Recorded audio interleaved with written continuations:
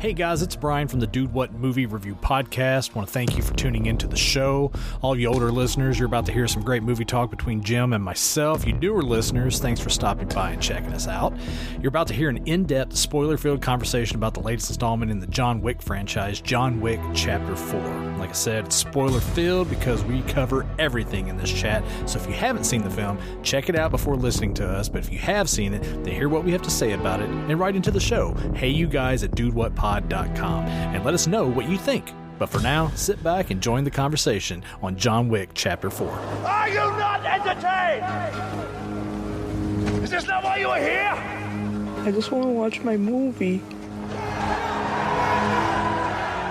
You know, Jim Miller, we love us some movies here at the Dude What Movie Review Podcast. You know why I like this particular part of the show when we do our shows?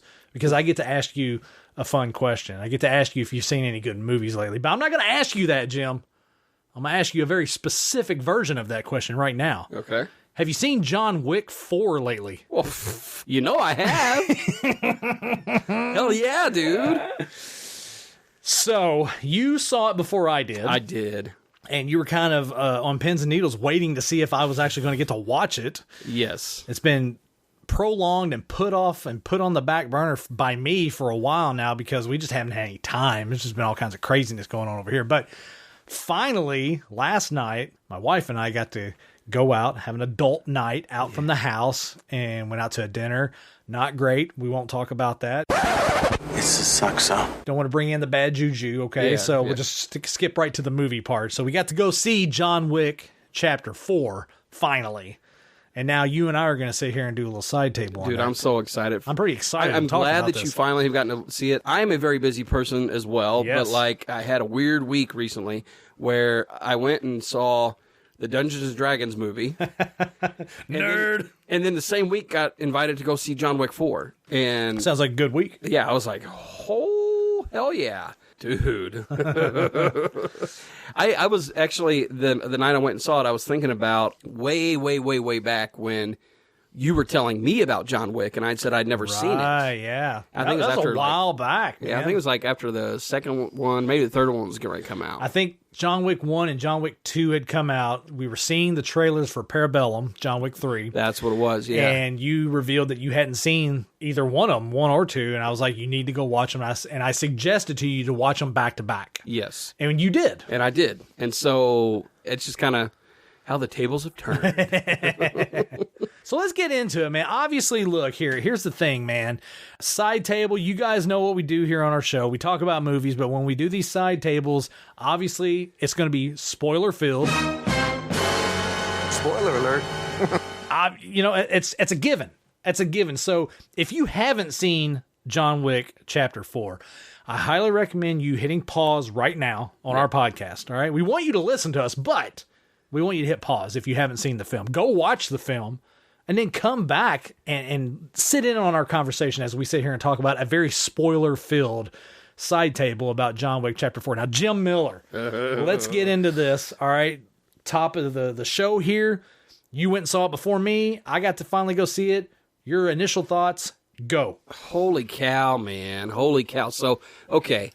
The thing with John Wick, just as the series as a whole, right? Okay. Most people probably associate it with gratuitous violence, endless action, massive gunplay. Which, there's a lot of behind-the-scenes stuff out there of Keanu Reeves where, all the gunplay and stuff like that. He's trained. He's legit. That stuff, He's legit. He's been doing it. He's been training behind the scenes for all these films long enough. I would dare say he's an expert at this point. He's gotten so much training behind the scenes specifically for this role. Right. Yeah, he knows what he's doing. And it obviously makes it very believable. The action becomes even more believable. Well, okay.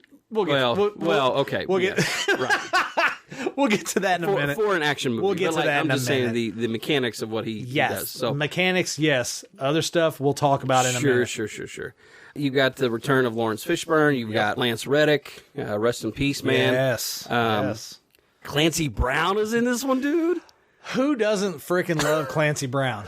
He's the best. He's the best.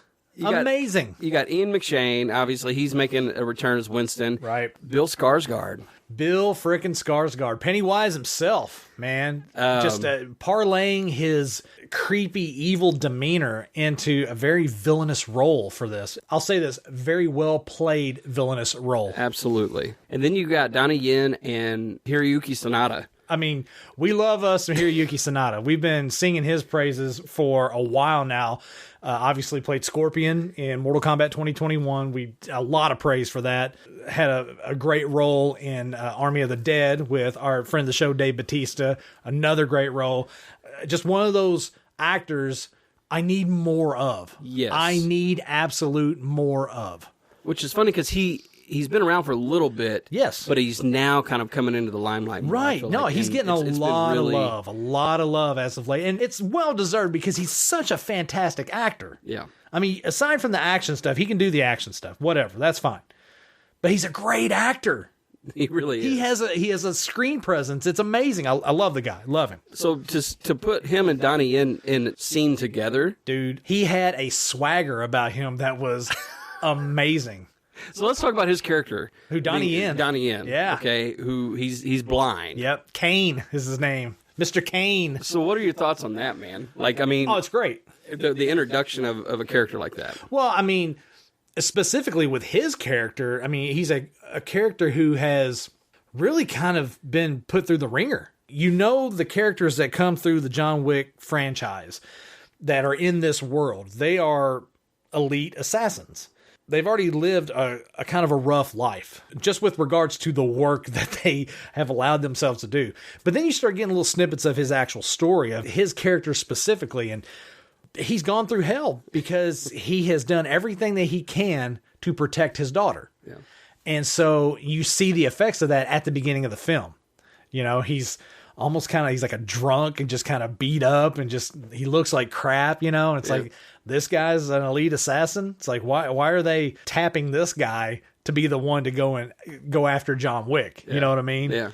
But then you see him when he reappears and he's all cleaned up and it's like, this is the guy right here. Yeah. And just the way he played it, dude. Yeah. Insanity.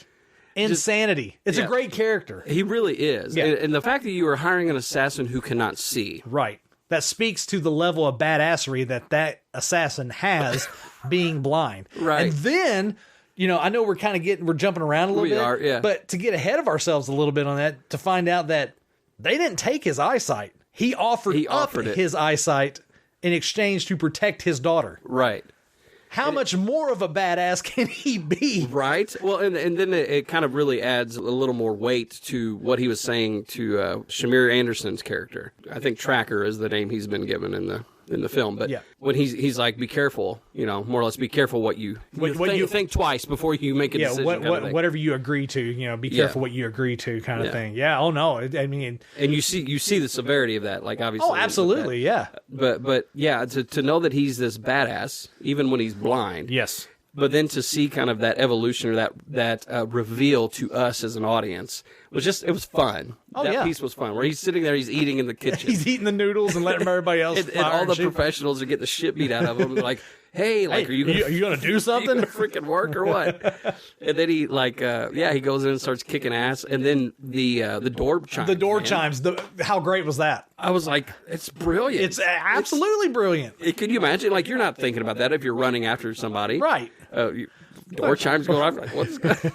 It was great. Oh, I just got the shit kicked out of me by a blind guy.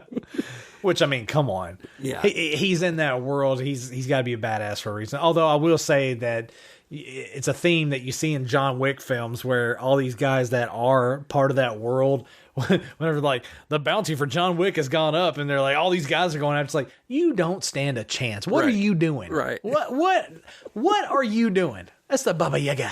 You can't go after him. Although I think Donnie Yen's character, Mr. Kane, should be the Baba Yaga. Right. Jesus. But anyway.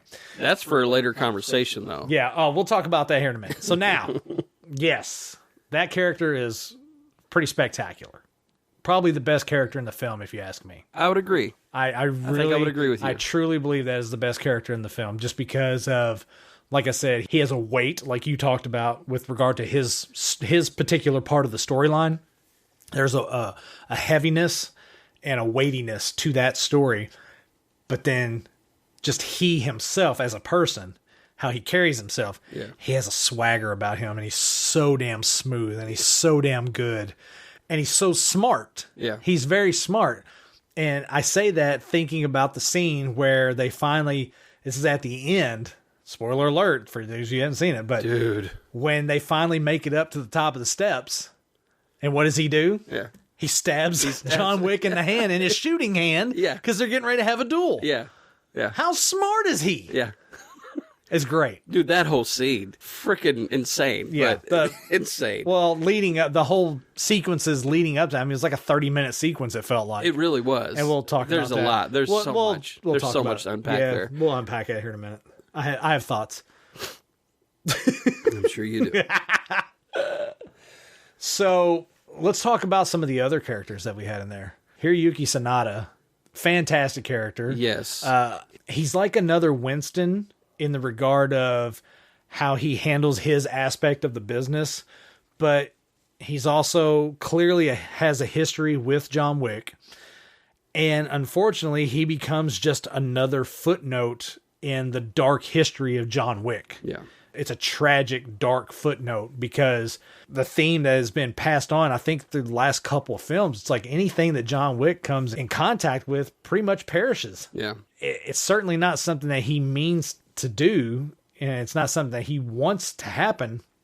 It's just a byproduct of the life that he has. His quest to not only fulfill the vengeance that he has for losing his wife and losing the puppy and that whole sequence that played out in the first one, you know, and you see that play out over the second one and into the third one, but then him trying to get back to having his own freedom, to be able to have his own life. And you see that theme over the course of this film in particular, where what will be his ultimate freedom? Right. What is going to ultimately free John Wick? Is it freeing himself from being under the rule of the table? Or is it just being dead? Yeah. And finally being at peace? Yeah, because I think the whole trajectory of the John Wick Chronicles or series or whatever has been, you're right, like it started with his wife and then his dog, right? That's what kicked everything off. And then he's back, right? Pure revenge tale. Yeah, and then it becomes he's trying to basically pay off his debts and get out. Yeah. Right? He's wanting to just be done. Yeah. Basically becomes owned, more or less, by like, hey, like you're not out of you can't get out of the game. You think you're out, you're not out. Yeah, we won't let you out. Yeah. The only way out is death, right? Yeah, basically.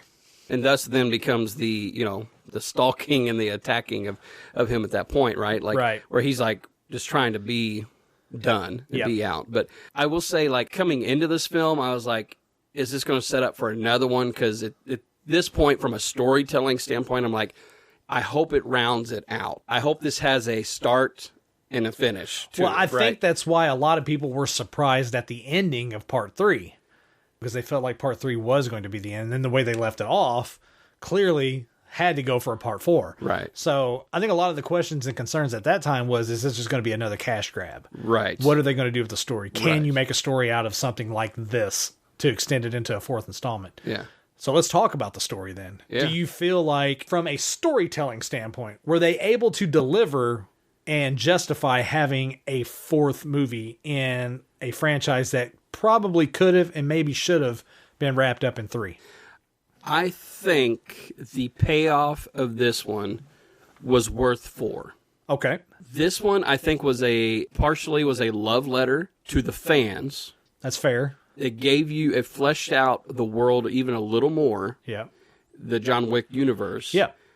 And it's definitely opened the door and from what I'm seeing and hearing already, the direction they're going to go with it is, I mean, I think they're doing a whole Continental series. And Oh, yeah, like, yeah. It lays the groundwork for a whole universe. Yeah. A whole world of assassins that you Right. can pull from in their stories. Well, with the way this story left off with specifically talking about the Continental, with Winston, what he negotiated the terms of the duel if, John Wick were to win. Yeah. To have the Continental rebuilt back at the expense of the table, and they agreed to it, so that's what's going to happen. So I had already heard that they were going to do a Continental spinoff. So seeing that play out in the story and seeing how that could definitely lead into future storytelling, that makes sense to me. Yeah. And I'm excited to see what they do with it. because that literally is a whole world that they can play with. That's a huge sandbox. Some of the things I'm kind of seeing and grumblings or rumblings or whatever is about Amy Kwan, right, who played Mia, and kind of possibly a movie even set up for her story. Well, she's a great character. And so, in the way things left off with Kane or with Donnie, well, like I liked the fact that within this film, it was a misdirect because they didn't lead on that she had skills, because you just feel like she's just the concierge there of that version of the Continental. But then she like disrobes and she's got like a bow and she's kicking ass left and right. It's like, okay, this is pretty awesome. Right. As a good character, you know? And then seeing what plays out between Kane and her dad. So you see where it leaves those characters at after that big fight there, and with her dad being killed by Kane, and she's wanting to take a revenge immediately. And Kane's like, he's like, don't live. Yeah. You know, he tells her to live. Yeah. But then whenever she leaves, he's like, I'll be waiting for you. Yeah. Because he knows. Yeah, he knows. Yeah, he absolutely knows. Yeah. Yeah. Well, and like that whole scene, even like watching it. So I went and saw John Wick 4 with a friend, Luis. Right. He's like, hey, dude, you know, we got to go see this. And I was like, absolutely, let's do it. Right. And so we were talking about it. But that scene, when originally I was really hoping for ultimate action. Like, you know, you got these two badasses in martial arts. Yeah. In the same scene. Right. And that's what you're expecting, right? And it was actually really, really, really subtle. And so I kind of, that was my complaint at first about it when I first came out of the theater. And Luis and I were talking about it, and he said, well, no, think about it. Like, it makes sense. Like, these guys are friends. Right. Like, and just the way it all, and the more I thought about that scene, I was like, yeah. No, it's a very powerful scene in its regard that it could have been this full-on rage-filled badassing, but it wasn't. These were two people that did not want to fight each other, but they had to. Yeah. Because of each one's values and principles. Which I think, to me, that speaks of the director and the direction of that, because the temptation as a viewer is I'm wanting these two to duke it out. I want a 20-minute sword fight. Yeah, and it's like, because I remember thinking like, oh, this is going to be awesome, and it wasn't in the sense that I was expecting it as a viewer. Right? Versus your expectation versus what you got. Right, it wasn't like it wasn't at 12, and it shouldn't have been because the story didn't call for it. Right, and that's where, like, in a moment I think this is something that, you know, a lot of action movies they don't get right, because it's usually just heavy action, low story. This is something that's like staying true to the characters and to the story element that I feel like, for me, after I started thinking through it as a critic, right, more so, I was like, okay, I actually like that scene even more. Right. Because they didn't do what I think people probably wanted them to do. Right. You know, I will say that with regard to storytelling and the many different aspects of storylines within this film, you know, dealing with Kane, dealing with Hiroyuki Sanada's character, dealing with John Wick character, dealing with the Tracker character. All these different characters, they have all very important aspects of the overall storyline that need to be told. I thought they did a great job with that. I agree. I really felt like the story, which is paramount on our show, story, we talk about it all the time. The story itself was fantastic. Now let's talk about the action. I think you and I are going to have a good discussion about the action on this film. Okay. Do you want to lead off on this, or shall I lead off on this? Because I have thoughts. Well, I have opinions. I'm sure you do. So I don't know how we want to do this. All right. Let me just. I liked the action. Let me just say this: action is great. Okay, action is good. Action is action. Action is action. Action is action. There's a certain level of heightened action when it comes to John Wick. Dare we say? Yeah, I think that's fair. Yeah. Now, I will say this. I feel like the action in John Wick 1 and John Wick 2, I won't even use the word believable. I would just say just suited the story and suited the films. Sure. Okay? Sure. I feel like we're at a point now where everything has just gotten ridiculous. I feel like it's very excessive. With regard to not just excessive, it's gunfighting, it's violence, it's car wreck, not that or whatever. I don't care about that. I'm saying excessive as in, do we really need all of this? Do we really need this much of it? Do we really need the scene on the stairs when he's having to climb the steps to go up because he has to make it to the top of the steps by sunrise, which is at 6:03, and he checks his watch and it's like 5 till, but 20 minutes later when the scene ends, he's finally getting up to the hill and he makes it in time for the sunrise. Your math is blowing my mind. Come on, man. Yes. Come on, man. I think the answer is yes. No, the answer is no, Jim. You do not need the scene to be that long. The scene did not need to be that long. I agree. I will say that there were elements where the scene was drug out. That scene of him fighting his way up through the top and then falling all the way down and feeling that sense of defeat, you definitely felt that. It didn't need to be that long, though. Where they messed up with that was saying, oh, you have X amount of minutes to get up there. Right? They should not have put a time on that. Right. I think that's where they really, really screwed up. Because then you're going, okay, this is definitely, it took you longer than 2 minutes to get up 30 flights of stairs fighting the whole way up. Yeah. You know? I think that scene itself could have been okay. Like, I think you would have overlooked that if you didn't have a scene just prior to that where he's driving a car in the circle there in France that lasts like 15 minutes. Yeah, which was insane. Which was ridiculous. Yeah, it was insane. It was ridiculous. Yeah, action. Great. They had some good effects and they had some good stuff. And then they had a nice little callback where the guy throws Tracker's dog into the window. Yeah. And then the dog comes back later for him. Yeah. That's a nice payoff. But did you really need that scene to be as long as it was? Because then at that point it becomes gratuitous and not in the sense of too much violence. Oh, too much gunplay. No, just too much time. Yeah. Just entirely too much time. Yeah. And it's one of those things where I'm like, I get what they were trying to do. I understand what they were wanting to do. It's this idea of you need to feel the urgency for John Wick. He has somewhere he has to be. This is how many people are coming to get him.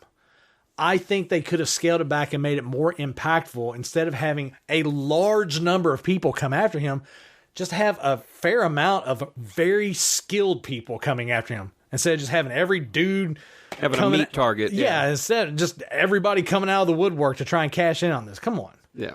Me personally, I feel like that watered down your storyline because then it was like, we have these great instances of really good storytelling that we're doing, but then we're going to fill the next 25 minutes with mindless action, and then you have to dig yourself out of that to get back to the good shit.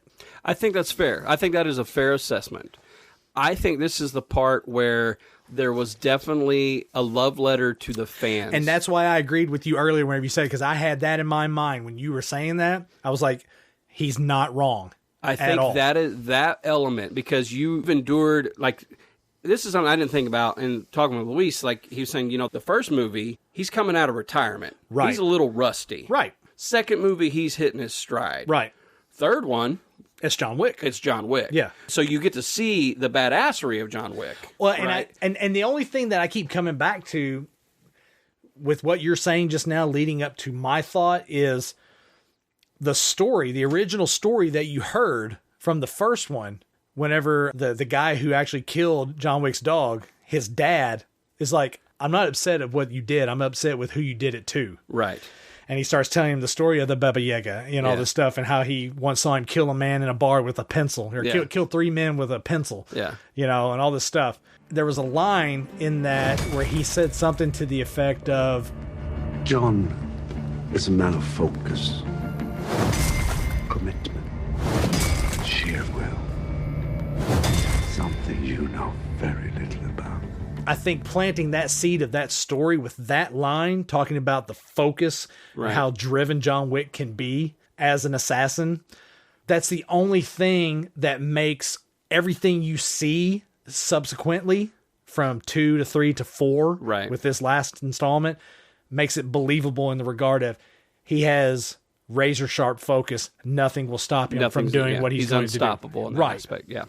I'm with you. Yeah. Okay. I agree with you because from a storytelling standpoint, it's like, okay, some of these action sequences went just a little too long. If I had to give a complaint about this film, that is my one major complaint, is that action sequences took entirely too long. Yeah. Now, with the action sequences, there were some old elements, right? Yeah. But there was definitely some new. And that's where I say I think there was definitely a love letter aspect to it. Kind of a, hey, you came to see John Wick kick ass and take names. And you know what? Here you go. You can't be upset about it. People who came to see John Wick, they got John Wick. Yeah, and it is full on action packed, right? Yeah, like that's what you're paying to go see. Yeah, and it's the fact of like the action scenes. There were some that were very long. Yes, there was some creativity though that from just a film watcher, right, just a movie lover, I really enjoyed.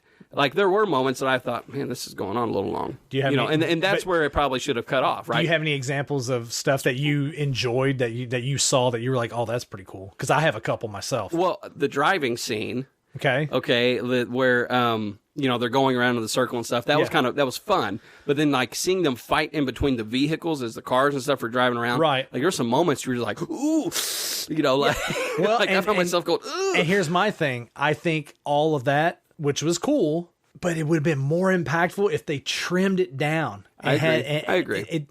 When you have too much of it, it becomes watered down. Yeah. It's not as impactful, but whenever you trim it down just a little bit and compact it in, I mean, it hits a little bit harder. Yeah. And I agree. I will agree with you on that because I think that scene, that went a little too long, right? Same way with the stairway scene. I feel like they could have trimmed a few minutes off of each of those and it still would have had the impact and the punch that you're looking for. Yep. The scene where he's on the dirt bike and you're like, oh, okay, this is going to be a chase scene. Right. And then the way he decided to... Oh, yeah. Oh, fantastic. It's like, just use the dirt bike as a weapon. Yeah. When that happened, I was like, this is a little funny thing. When my wife and I went and saw the movie, we were the only ones in the theater. Oh, that's awesome. We could speak out loud and all kinds of stuff. I'll have to tell you some of my wife's commentary about the previews here in a little bit, but she had me cracking up. But when that scene particularly happened, when he just rammed that dirt bike into that dude into the van, I literally out loud said, "Oh shit!" Oh shit! Yeah, because I was not expecting that. Yeah, I don't think anybody was, which is why it was so good. Yeah, dude, the whole scene where Tracker's coming in and everybody's coming in the house. That abandoned house with like the holes in the floor and stuff. It's like a one single shot. Now I was going to say, I appreciated and I absolutely loved the decision to take it from not only making the decision to do a oneer for that, where it's just one continuous shot, but the decision to take the camera angle from third person point of view where you're at eye level and then going up to bird's eye over the top level. Yes. It reminded me of the old Gauntlet game that you play in the arcade, or even more recently in the last 20 years, the game Loaded for PlayStation, where it has that same effect, where you're looking at the action overhead. You can still see everything, but you're just getting a different vantage point. And for them to have the skill and the wherewithal with regard to cinematography to pull off a oneer from that angle and it still looked believable and good. Right. But then the other thing that I loved, adding in the effect where he stole the guy's gun who had the shells with the fire, the shoot fire or whatever. Yes. And then that added to the cinematography as well, because not only do you have this new angle looking from above, now you got this projectile that's adding to the ambiance of the scene. Yeah, the whole lighting situation in that whole scene from a cinematography standpoint, man, it was freaking phenomenal. It was great. Like just getting a different vantage point, like you were saying, of the action alone, right? But then seeing, like, knowing that, okay, someone had to choreograph all of this to be shot one time. Yep. The sad part about it is, though, the greatness of that scene, because there was also some good storytelling elements within that as well. Because you see Tracker on the phone negotiating, trying to get that money rolling, baby. Straight cash, homie. Yep. And then you see the whole interaction where the one guy has Tracker's dog and is about to take Tracker's dog out, and John Wick's like, no, and he takes him out, and then Tracker's got it in his head. And I was like, well, hold up, maybe John Wick isn't just a mindless assassin or whatever. You know, he's got some empathy and some heart to him. Yeah. You know, and so that puts Tracker in a predicament trying to figure out what the hell he needs to do for his next step. All that played out well within the gunfight and the gun battle going on in this house. Now, that whole sequence, I felt like it was the right amount of framing and the right amount of time for the sequence that was going on there. Like that, to me, played out as well as it could play out, as well as supposed to play out. it just sucks that it was kind of wedged in between like 3 other separate action sequences. Yeah. That is also, though, where we really actually get to see Tracker's ability. Oh, yeah, absolutely. Up until this point, we just know that he's got a bunch of notes and that he's good at finding people. He carries himself like he could. Yeah, he's a good shot. I mean, obviously, he's got some skill. We don't know the extent of his skill. Then he gets put into this environment, and he's unleashing. Yeah. He does that thing where he pulls the backpack over him, and it's now a bulletproof vest in the front. Yeah. Oh, it's great. Great scene. Really good scene. And then, like, you get some of that dog action from the third one, where... Halle Berry. Yeah, yeah, that took you back a little bit, didn't it? It did. Should we go ahead and get one of these in here? Yes. Absolutely. Yeah. Just seeing the dog alone, I was like, oh, Halle Berry. No, it's a good callback. It's not a direct callback to that story or whatever, but it's a nice overlay of the theme. The use of the dog as an attack animal. Right. So, yeah, that was probably one of my favorite scenes as far as action goes. Yep. I also really enjoyed the scene where he was in Germany with the big guy. Yep. Right? Like when he basically has Killa. he's basically been rebranded, right? He's back in the family. Yep. The whole showdown, it's kind of the, you have Tracker and you have Kane and you have all of them sitting at that table. Now, I will say this. For me, that scene could have been done a little bit better, just in the sense that it had kind of like a cheesy build to it. Sure. To me, it had like a generic kind of... Yeah, it was low-hanging fruit. It was extremely low-hanging fruit. Sure. The choice to play 5-card draw in a situation like that, not chic, not cool, very outdated. They should have just done Texas Hold'em. It would have looked better on screen. It would have played better on screen. But I will say that they brought it around whenever he's like 5 of a kind, which is not a hand in poker at all. Yeah. And Kane's like, let me guess, 5 of a kind? Yeah. He's like, I knew you were a cheating prick. So smooth. Yeah. Yep. Like, I didn't know Donnie Yen was that smooth. That is a smooth MFer right there. Yes. Great. Now, I will say the guy who played Killa, Scott Adkins, who is actually a very well-established martial artist. Oh, really? Yes. Okay. Yeah. That's all fat suit, obviously, the prosthetics and everything. Yeah. He's actually very trim, very cut. A very, very, very good martial artist on screen. Like he did, actor. He's popped up here and there. There was actually an interview that he did recently where he regrets accepting the role that he took in Doctor Strange because now that has basically eliminated him from having any kind of future Marvel things or whatever, like being like a main character or whatever, because he played like I can't remember the character's name from the first Doctor Strange. It plays like one of his minions where he's like taken over or whatever, and one of the guys from the Inner Sanctum or whatever. Okay. He kind of expressed some regret about taking that role because now he feels like with the way the MCU has gone and how it continues to go, there was probably a potential for him to have a role. Like a bigger role. Yeah. Because he's a really good actor. Yeah. I mean, he played this role very well. Right. Yeah. Such an asshole. Yeah. No, right? Like, I think just even all of that, I don't know, you're adding the water and the disco, like all of the, not the disco, sorry, the rave type thing going on. I don't know, I just enjoyed that a little bit. It's funny because I looked at, I pulled up John Wick just to see the cast before we started recording, and it has it described as Neo-Noir. And you and I have talked about that before with Gunpowder Milkshake, how Neo-Noir has, the use of neon light. And with this one, the use of neon light with water and the different aspects with regard to lighting and stuff, very much on the same par right there. It has that look, has that really edgy, cool look. And there's that grit, but then there's that neon. Yep. No, that's a good way to describe it, actually. Yeah, I didn't think about that, but yeah, it very much is a neo-noir. Just a beautiful scene, man. Was in the church. Oh, with Keanu and Donnie Yen. Yeah. Oh, great scene. Probably one of the best scenes in the film, to be honest with you. Like, and it's not even an action sequence. It's a beautiful scene. Yeah. Like just from a setup standpoint. A very real, a very emotional back and forth between those two characters who, again, have a history. Yeah. One would say friends. I think even Donnie Yen, Kane even makes the statement, something to the effect of it's nice to be able to sit with old friends or something like that. Yeah. And so, the way it's set up, he goes in and lights the candle, and then whenever he steps aside, you see him in the background, and then he just goes and sit down. It's like John knows he's there. Yeah. Yeah. He already knows it. He doesn't react. He doesn't have to put on any kind of pretenses or anything like that. He knows he's there, and they're both there for the same thing, to just kind of almost appeal to each other, so to speak. Well, and it's a calm before the storm. Right.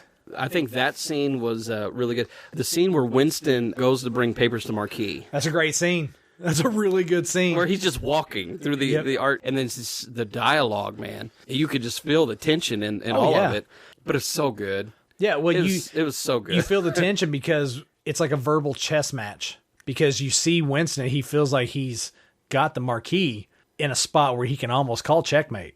Yeah, but at the same point, I think also knowing that Marquis killed Charon, right? Right. So there's that element there. Yep. And so you're seeing Winston. You're going, Winston's not a bad mammer jammer in the sense of John Wick, right? He's a chess player. Sure. He is what John Wick would be if John Wick was all cerebral, strategic. Yes. He's the John Wick of that aspect of that world. Yes. He knows what's going to happen 6 steps ahead. Yeah, so to see all that play out, and then the payoff of that at the end where where he gives John the gun and he goes, Winston, any advice? Yeah. Just go have fun out there. It's like the payoff of that, man. But then, dude, that whole end scene, holy shit, man. Oh, the duel? Yeah, that's another one of my favorite scenes. The duel is fantastic. And the payoff, man. Yep. The payoff, because they're shooting each other. They don't want to be there. They don't want to be doing this, but they're doing it. You almost get the feeling when you're watching it, because these two have a history. And these two are friends. Both know each one's position with regard to how they got to where they're at. Yes. Neither one of them want to kill the other one. No. So you almost get the sense that they're shooting off. Yes. They're skilled assassins, even though John Wick is missing a finger on his left hand and he got stabbed in his right hand. He's forced to shoot with his left hand. He just went through a gauntlet. And he just went through a gauntlet. Yeah. And Kane is blind and he's having to use a gun. With all these different things working against them, they're still skilled assassins. Right. And they're missing. Yeah.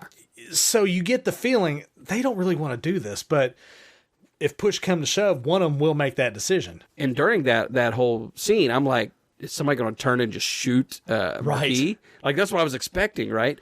But again, because of the story and because these guys are trained, right? Like, they are highly skilled. Yep. And there is an order to everything. Right. Yep.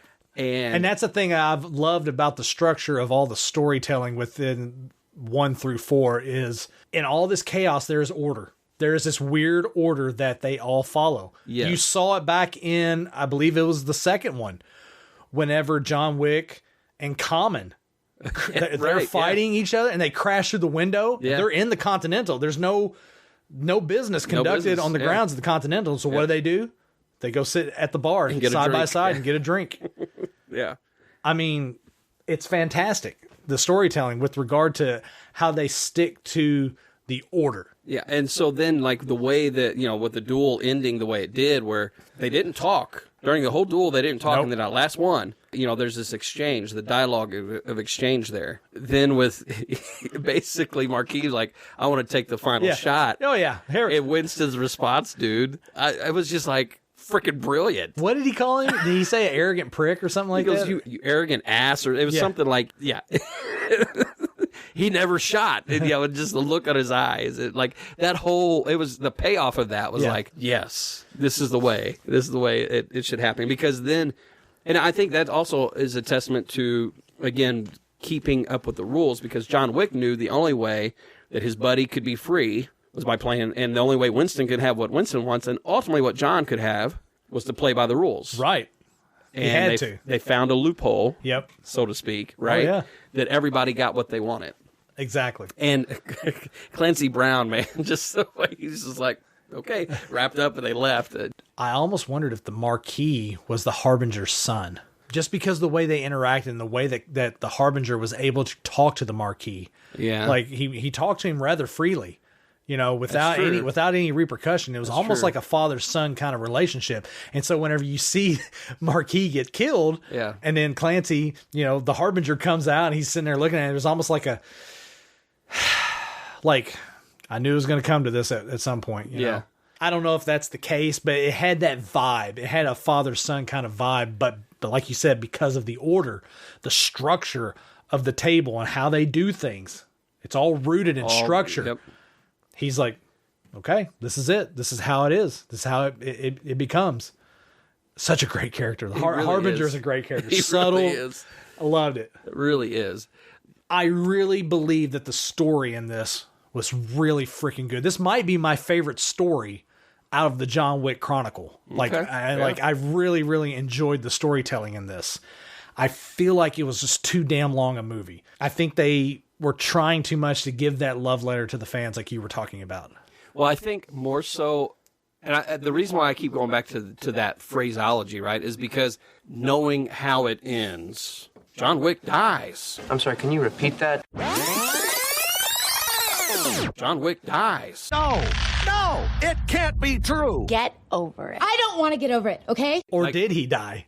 That's a great question. We don't actually see him die. We see him slump over, but does he die? Is he dead? Yeah. It's written in a way, it could very well be a Dark Knight Rises scenario. Right. Everyone thinks Batman flew out into the harbor and sacrificed himself, taking the nuke out there to the harbor to save Gotham, right? He died. But then you find out, no, he did a software patch on the autopilot for the Batwing, right? Yeah. You find that out.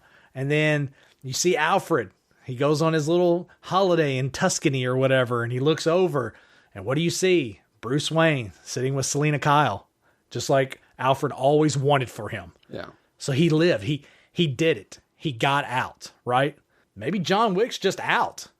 Maybe he's not dead. Maybe he's just out. Maybe he's finally gotten what he wanted. Maybe he got his Tuscany. You make a very valid point. I would like to think that he's dead.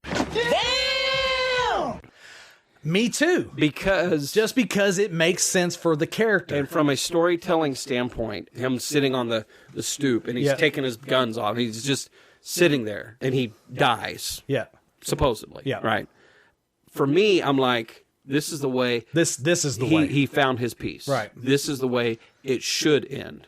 Now let's talk about what Hollywood wants to say about that. Right?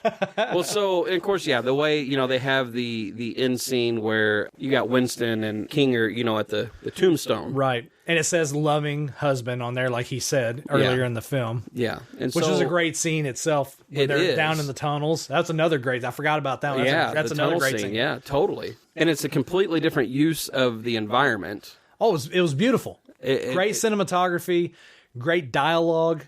Great content. It was a really good scene. Yeah. I'd forgotten about that, but that was a really good scene. Yeah, it's kind of because it's kind of tucked in between everything, right? Yeah. But yeah, even in that scene. So I actually, after watching it, I was like, it made me question something, and maybe I'm forgetting something in a previous movie. Okay. The way Winston said, "Rest well, my son," I initially took it at face value. Right. But they rested for a moment on his arm, on his hand, or his wrist, which looked to be part of the tattoo of the family that John Wick was a part of. Right. So, did we know that ahead of time? I don't know. Because then I'm going, wait. Like, I always thought there was just this bond that they had as co-workers, so to speak. A mutual respect. Right. But the way they lingered on that shot. They lingered on his wrist, and it had just enough of the tattoo to show, like, the tattoo of the family that John Wick was a part of. I don't know. For me, I was like, is there more to this scene or am I just, like, am I fishing? Like, I kind of want to go back and, I don't know. Maybe I should dig into the fan theories on that. But we'll probably have to go back and check into that, but there probably is more to that scene because they did linger on that. They did. Yeah, like, it's a weird shot to linger on. Well, I remember thinking that whenever I saw it. I was like, that was very intentional. But the tattoo was just enough of the tattoo that is like that was on the girl's arm when he was getting back into the family. Right. And that's also what explained why Winston was pushing him, you need to go back to your family. Right. And so it's like, was there more of a father-son relationship there? It probably was. I mean, he always referred to him as Jonathan. That's a very fatherly way to address someone who is an adult who goes by John Wick. I don't know. There's some layers there that probably could still be tapped into somehow. We see that with, Mia and her dad. Yep. So it's kind of a family business type thing. Very much so. I don't know, man. So. Like there's like that scene. I was just like, wait a minute. Wait a minute. So I don't to be more than meets the eye here. I don't know. I thought it was entertaining. I thought it was good. I thought it was fun. I just felt like it was too long of a movie. I felt like it could have been trimmed down and it could have been just a little bit shorter. But I think you're right. I think they were doing a little fan service with it and giving them a little oomph, a little extra to close it out because they knew they were going to end that run of that character. Right. Now, what they do going forward, the Continental and that whole thing, and then plus, you got the Easter egg scene at the end of the credits. Which I didn't stay to watch. Oh, you didn't? No. You haven't watched it? No. It's pretty awesome. You don't know. I'm not telling you. I am certainly not telling you what it is. I'm assuming that she's like watching Donnie and I'm not telling you anything. Okay, well, and fuck you.